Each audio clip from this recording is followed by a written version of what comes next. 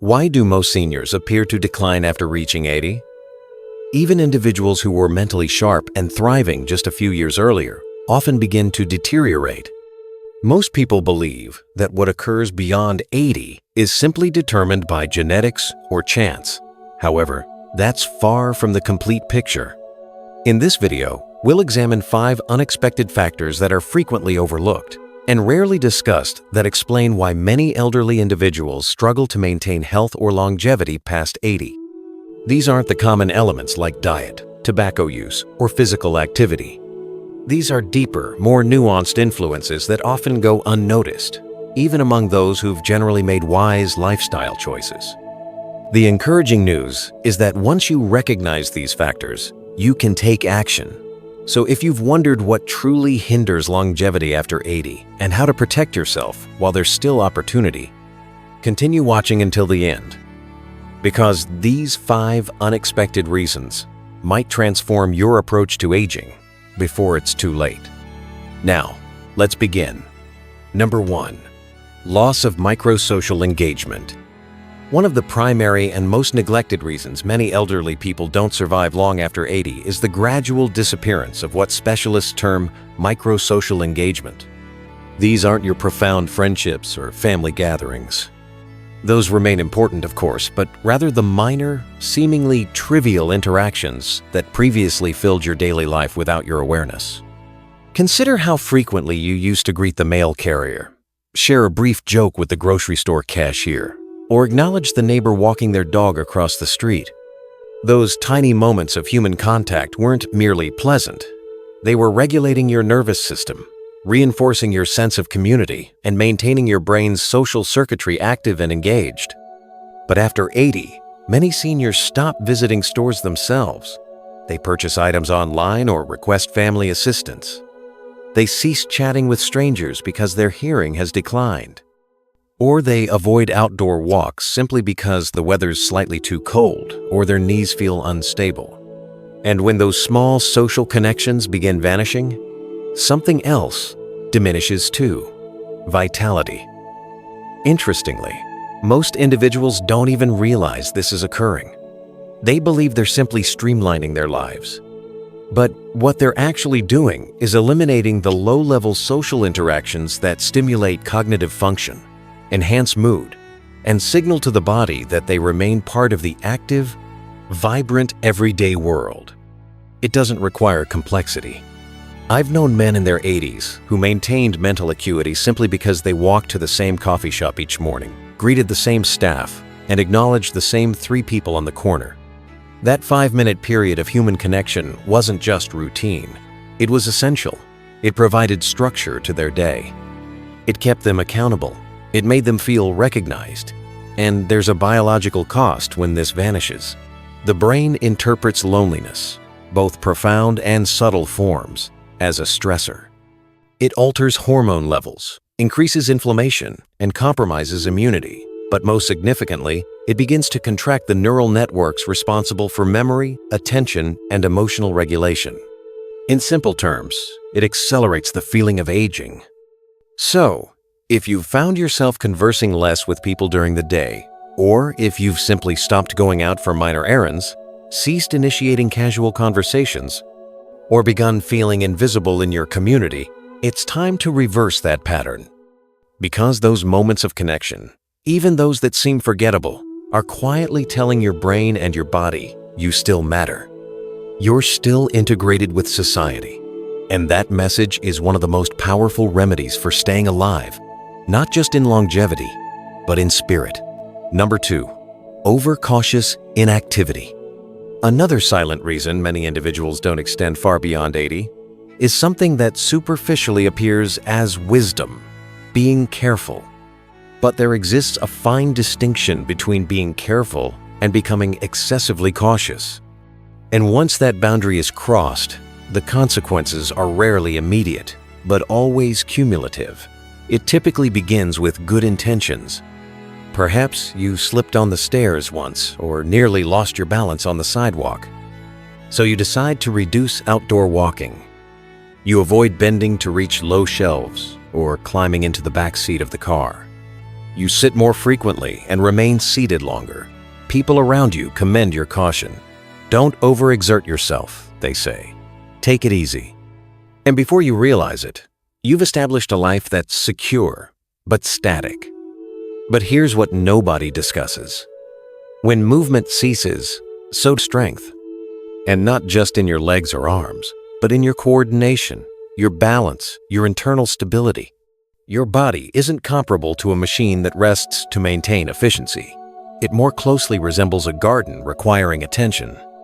And when activity decreases to minimal levels, things don't simply maintain status quo. They weaken. One of the first areas affected is the core. Most people don't appreciate how crucial those deep trunk muscles are for everything. Standing, walking, lifting, even rising from a chair. If those muscles remain inactive, even for several weeks, they atrophy. And when they diminish, your balance deteriorates. You begin to wobble, and the cycle intensifies.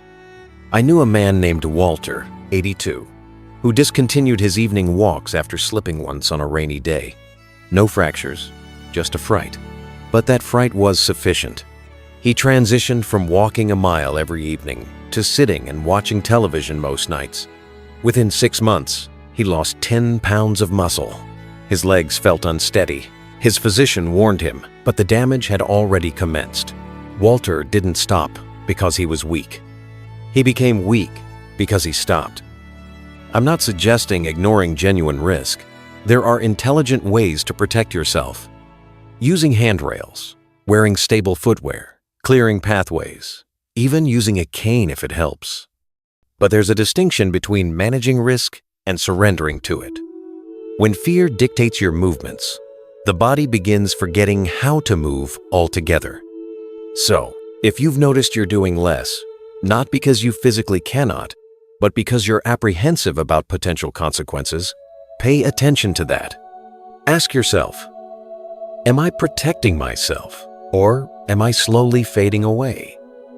Because surviving beyond 80 isn't merely about avoiding falls. It's about continuing to move, even if you must do so more carefully, more gradually, more deliberately. Movement is how the body remembers it's still needed. It's how your systems remain functional, how your brain stays alert, and how your heart continues pumping with purpose. And if you're still watching, and heart continues pumping with purpose, and if you're still watching this video and finding these insights valuable, please comment number 2 below to let me know you're here. And if you haven't subscribed yet, I recommend you subscribe and turn on the bell so you don't miss any videos. Your support helps us continue creating good content to inform and inspire you. Now, let's move forward. Number 3, disrupted sleep cycles from irregular light exposure. There's a silent timekeeper inside your body that doesn't tick, but it governs almost everything. Your mood, your metabolism, your immune system, even how your brain repairs itself at night. And after age 80, this internal clock, your circadian rhythm, becomes particularly sensitive. One of the major reasons it becomes misaligned: insufficient light during daytime and excessive light during nighttime. You might not detect it initially. Perhaps you've begun sleeping slightly more during daylight hours, dozing off in the afternoon sun. Or perhaps you've reduced outdoor activities, especially during colder seasons. You might activate the television in the evening or keep lights illuminated until late while reading or viewing a film. Each of these alterations might appear harmless, but collectively they subtly confuse the body regarding when it should be alert and when it should be resting. The body depends on natural light to maintain rhythm. Bright morning illumination signals your brain it's time to awaken, to become active, to distribute energy where necessary. And darkness at night triggers the release of melatonin, that gentle hormone that prepares you for restorative sleep. But when your eyes receive inadequate natural daytime light, or when your evenings are filled with artificial brightness from screens or lamps, your internal signals become jumbled. The outcome: you might experience difficulty falling asleep or staying asleep. You might wake feeling foggy despite 8 hours in bed, You might notice your energy diminishing throughout the day, or your memory seeming somewhat hazier than usual. And over time, that sleep disruption impacts more than just your energy levels. It weakens immune function, destabilizes mood, and even heightens the risk of cognitive decline. There's also the matter of vitamin D, which the body naturally synthesizes when skin is exposed to sunlight. After 80, your capacity to produce vitamin D through skin decreases, making regular outdoor exposure even more vital. Without it, your bones, muscles, and immune system all suffer. I once consulted with a woman named Helen who was 84 and had been experiencing increasing fatigue and disorientation. Her laboratory results appeared normal. Her diet remained unchanged, and she wasn't taking any new medications. The breakthrough: her physician simply suggested she spend 20 minutes every morning sitting beside her window with blinds fully open and to deactivate her screens 1 hour before bedtime. Within 2 weeks, her sleep improved. So did her memory. So did her mood. It wasn't a new medication. It was light.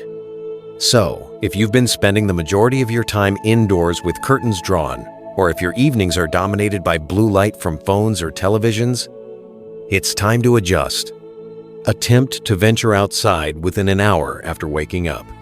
Even if it's just briefly on your porch, allow your eyes and skin to absorb that morning light. In the evening, reduce illumination. Let your body prepare for relaxation. These gentle rhythms are more than comfort. They are survival. Because what many people fail to recognize is that the body doesn't merely age from wear and tear. It also ages from disorganization, from systems becoming unsynchronized, and restoring your light cues, your sleep schedule, your daily patterns. That's how you reestablish that organization. That's how you communicate to your body. Even at 85 years old, we're still maintaining schedule. We're still in motion. We're still present. Number 4, emotional suppression from loss and isolation. By the time many individuals reach their 80s, they've endured more loss than most younger people can comprehend. A spouse, a sibling, a lifelong friend, sometimes even a child.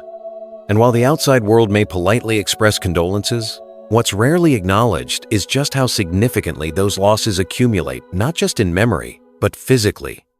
What frequently occurs after 80 isn't simply grief. It's emotional suppression.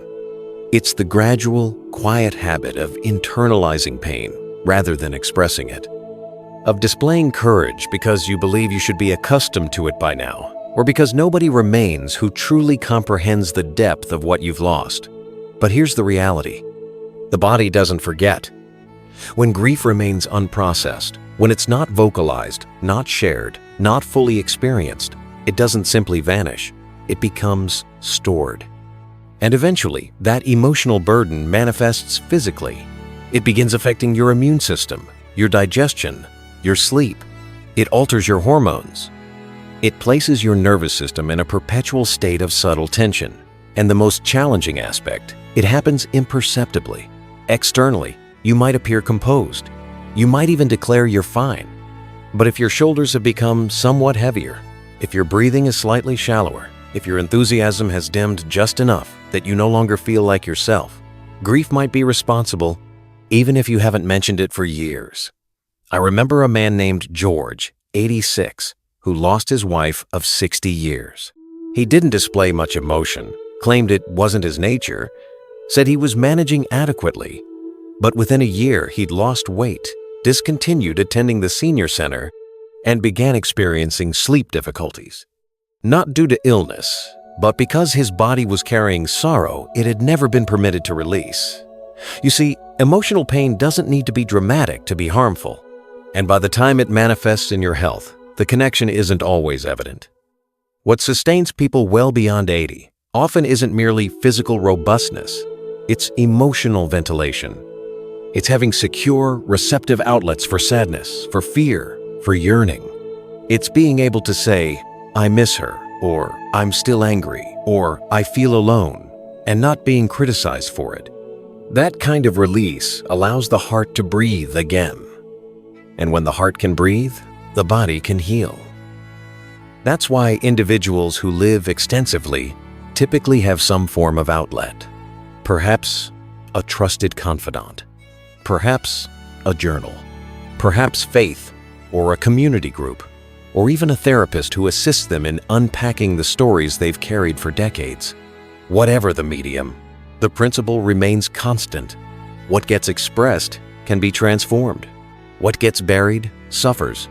So, if you've been containing something, not because you desire to, but because you didn't know how to express it, it's time to create space.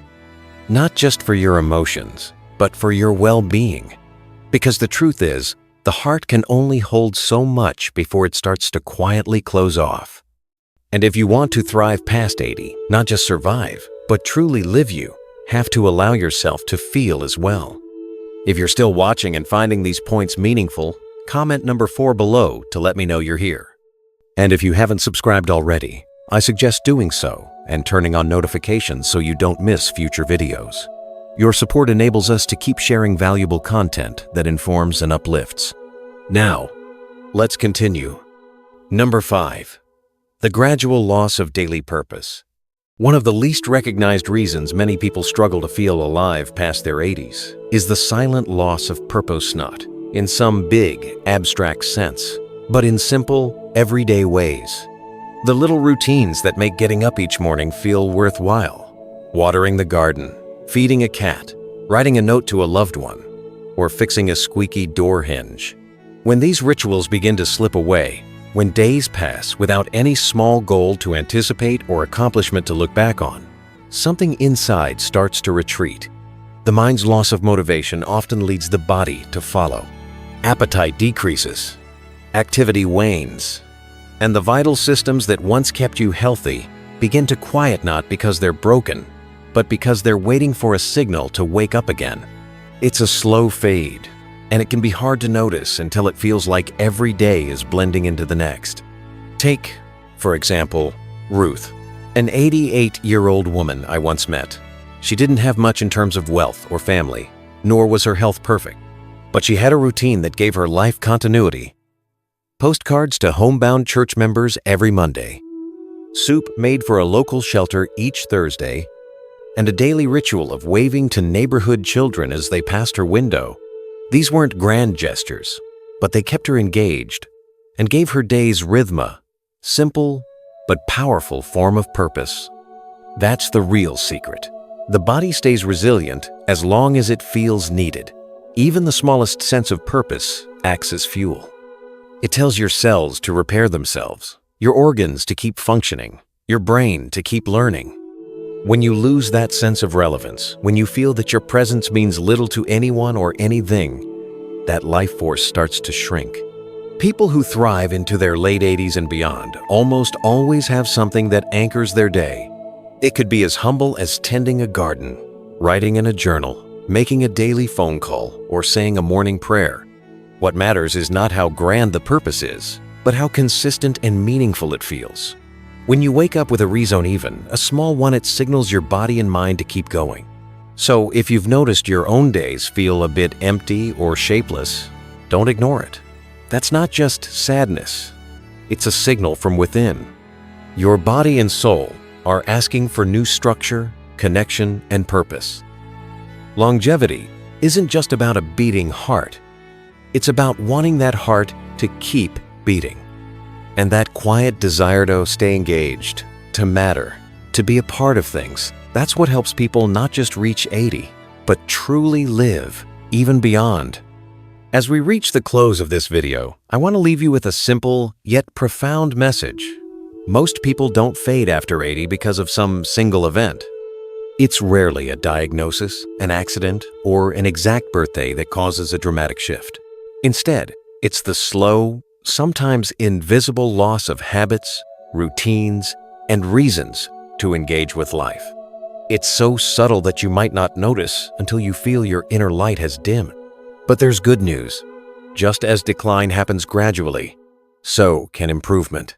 One walk outdoors, one new conversation, One small morning stretch, doing even one thing each day to bring back structure, connection, or meaning, can start to turn things around. Which of these 5 hidden reasons surprised you most? Which one felt personally familiar? Most importantly, which are you willing to address, even in a small way, starting today? The power to change how you age lies more in your hands than you might think. You cannot stop time, but you can influence how you experience it. If you choose to notice these quiet shifts, protect your routines, nurture your sense of purpose, and allow yourself to feel what needs to be felt, there's every chance that you won't just reach 80, you'll move beyond it, living fully and richly on your own term. Thank you for spending this time with us. We'd love to hear your thoughts. Share in the comments one thing you learned today or how you plan to put it into action in your own life. Your responses give us motivation and encouragement. If you found this video helpful, please like, subscribe, and share it. Your support is what allows us to continue making content that inspires and informs. Thanks for watching, and we look forward to connecting with you in the next video.